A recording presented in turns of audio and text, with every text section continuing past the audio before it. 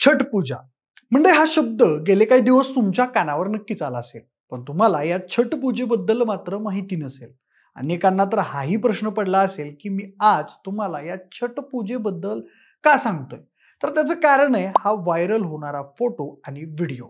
या व्हायरल व्हिडिओमध्ये सुप्रसिद्ध क्रिकेटपटू सूर्यकुमार यादवची आई श्रेयस अय्यरची तब्येत लवकर बरी व्हावी यासाठी छठ पूजेदरम्यान प्रार्थना करताना दिसत आहे. नुकतंच ऑस्ट्रेलिया विरुद्धच्या तिसऱ्या एकदिवसीय सामन्यात अलेक्स कॅरीचा कॅच घेताना श्रेयस अय्यर पोटावरती पडला आणि त्याच्या डाव्या बरगड्यावर जोरदार मार लागल्यामुळे त्याला गंभीर दुखापत झाली. त्याला तात्काळ ऑस्ट्रेलियातल्याच सिडनी हॉस्पिटलमध्ये नेण्यात आलं होतं आणि म्हणूनच सूर्यकुमार यादवच्या आईने छठपूजेदरम्यान श्रेयस अय्यर बरा व्हावा म्हणून प्रार्थना केल्याचा हा व्हिडिओ व्हायरल झाला होता. म्हणूनच त्याच्या उत्तम आरोग्य आणि यशासाठी त्यांनी छठपूजा ठेवली होती. म्हणूनच सध्या ही छठपूजा नेमकी काय असते, भारताच्या कुठल्या भागात साजरी केली जाते, छठपूजेचं महत्व काय आहे, छठपूजा कशी सुरू झाली, ही पूजा महाराष्ट्रात का नाही साजरी केली जात, सगळंच पाहूयात या व्हिडिओच्या माध्यमातून. नमस्कार, मी प्रथमेश आणि तुम्हाला तर माहिती आहे आपला विषयच भारी. म्हणजे व्हिडिओच्या सुरुवातीला आपण छठपूजा म्हणजे नेमकं काय असतं, यामागचा इतिहास नेमका काय आहे हे जाणून घेऊयात. तर बघा, छठपूजा ही उत्तर भारतातल्या स्त्रिया करत असलेली एक प्रकारची सूर्यपूजा आहे. छठपूजा हा सूर्याच्या सन्मानार्थ 4 दिवसांचा एक भव्य उत्सव असतो. यात पाण्याशिवाय निर्जल उपवास करून उगवत्या आणि मावळत्या सूर्याच्या प्रकाशाला जलाशयात उभं राहून अर्ध्य म्हणजेच नैवेद्य दाखवून उपवास सोडतात. छठपूजा ही सूर्यदेव आणि त्यांची बहीण छठी मैया यांना समर्पित असलेला पारंपरिक सण असतो. हे व्रत सौभाग्य, समृद्धी आणि संतान प्राप्तीसाठी करण्यात येतं.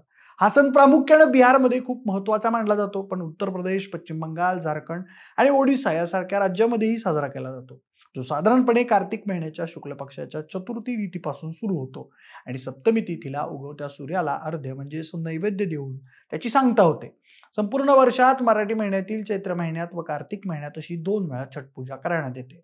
पण कार्तिक महिन्यातील छठपूजेचं महत्व जास्त मानलं जातं. या पूजेला डाला छठ किंवा सूर्यषष्ठी असं देखील म्हटलं जातं.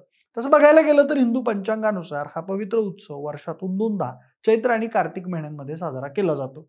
पण कार्तिक महिन्यातील शुक्ल पक्षातील षष्ठी तिथीला म्हणजेच दिवाळीनंतर 6 दिवसांनी साजरा होणाऱ्या या महापर्वाला विशेष महत्व आहे. बाकी हा उत्सव केवळ सूर्यदेवाच्या उपासनेपुरता मर्यादित नाहीये, तर तो निसर्ग, जलस्रोत आणि जीवन देणाऱ्या ऊर्जेप्रती मानवी कृतज्ञतेचं प्रतीक आहे. या उत्सवामध्ये शिस्त, समर्पण आणि नैसर्गिक संतुलनाचं महत्व अधोरेखित होतं. मगाशी सांगितल्याप्रमाणे कार्तिक महिन्यातल्या षष्ठी तिथीला म्हणजेच 6व्या दिवशी छठपूजा साजरी करण्याला धार्मिक महत्व आहे. कारण पौराणिक मान्यतेनुसार षष्ठी देवीला देवी प्रकृतीचं 6वं रूप मानलं जातं. या काळात सूर्यदेव आणि षष्ठी देवी या दोघांची उपासना केल्यानं भक्ताला सूर्याकडून भौतिक ऊर्जा आणि षष्ठीकडून वंशवृद्धी किंवा संरक्षण अशा दुहेरी लाभांसाठी प्रार्थना करता येते. आता छठपूजेचं मूळ प्राचीन वैदिक परंपरांमध्ये आहे.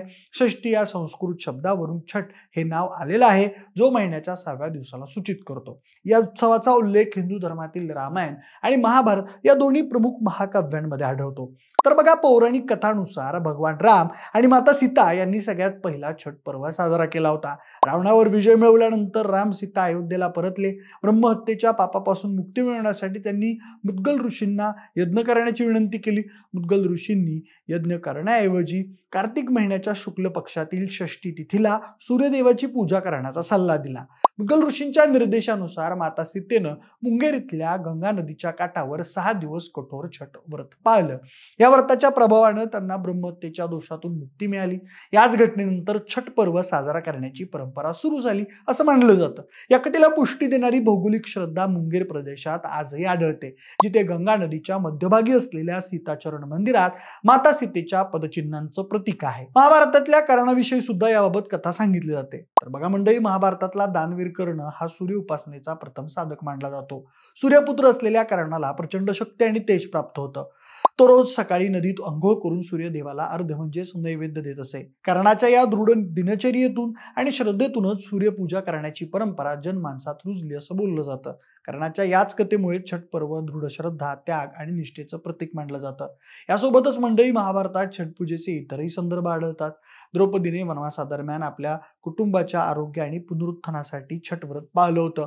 तसेच पांडवांची आई कुंती हिनेही लाक्षागृहातून सुटका झाल्यावर हे व्रत केलेलं होतं. या कथा छठ पूजेला केवळ आरोग्य आणि समृद्धीसाठीच नव्हे तर संकटातून पुनरुत्थान आणि दृढ भक्तीसाठी पाळले जाणारे व्रत म्हणून सुद्धा मान्यता आहे. एकूणच छठ पूजेमध्ये सूर्यदेव ज्याला ऊर्जेचं प्रतीक मानलं जातं आणि छठी मैया जिला जीवनाचं आणि जन्नाचं प्रतीक मानलं जातं यांची एकाच वेळी उपासना केली जाते. षष्ठी देवी म्हणजे छठी मैया ही हिंदू धर्मात मुलांची पालक आणि संरक्षक देवता म्हणून पूजली जाते. ती प्रजनन, वनस्पती आणि बालकल्याणाची देवता आहे. ज्योतिषशास्त्रानुसार छठी मैया मुलांना दीर्घायुष्य आणि चांगलं आरोग्य प्रदान करते, तसेच त्यांना रोगापासून संरक्षण देते. पौराणिक साहित्यानुसार ती देवी प्रकृतीचं 6वं रूप आहे आणि काही मान्यतेनुसार ती भगवान सूर्याची बहीण सुद्धा आहे. अनेकदा तिला मांजरीवर स्वार झालेली आणि मुलांना स्तनपान करताना चित्रित केलं जातं. मुलांचं आरोग्य, त्यांचं दीर्घायुष्य आणि संतती प्राप्तीसाठी इच्छुकांनी षष्ठी देवीची उपासना करणं अनिवार्य मानलं जातं.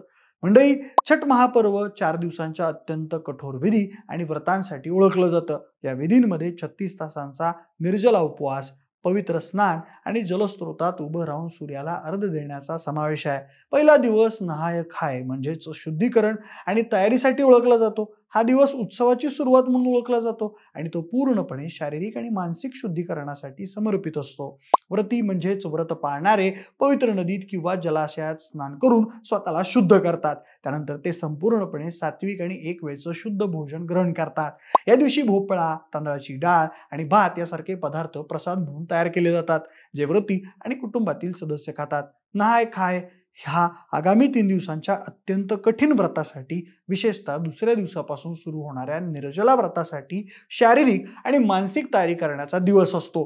त्यानंतर दुसरा दिवस हा खरणा म्हणजेच लोहंडा, निर्जला व्रताची सुरुवात म्हणून ओळखला जातो. खरणा हा छठ पर्वातील अत्यंत महत्वाचा दिवस, कारण याच दिवसापासून 36 तासांच्या निर्जला म्हणजेच पाणी न पिता व्रताला सुरुवात होते. म्हणजे या दिवशी व्रती दिवसभर कठोर निर्जला उपवास पाळतात. सूर्यास्तानंतर साधारण सायंकाळी 5:45 नंतर ते खरणा पूजा करतात आणि त्यानंतर प्रसाद ग्रहण करून उपवास सोडतात. या प्रसादात गूळ, दूध आणि तांदळापासून बनवलेली खीर, जिला उत्तर भारतात रसिया असं म्हटलं जातं, आणि गव्हाच्या पिठाची पोळी किंवा पुरी यांचा समावेश असतो. शिवाय या दिवशी प्रसाद बनवताना अत्यंत कठोर शुद्धतेचे नियम पाळले जातात. प्रसाद बनवण्यासाठी मातीच्या नव्या चुलीचा आणि आंब्यांच्या लाकडाचा वापर करणं शुभ मानलं जातं. हा प्रसाद आधी सूर्यदेव आणि नंतर छठी मैया यांना अर्पण केला जातो आणि मग व्रती तो ग्रहण करतात.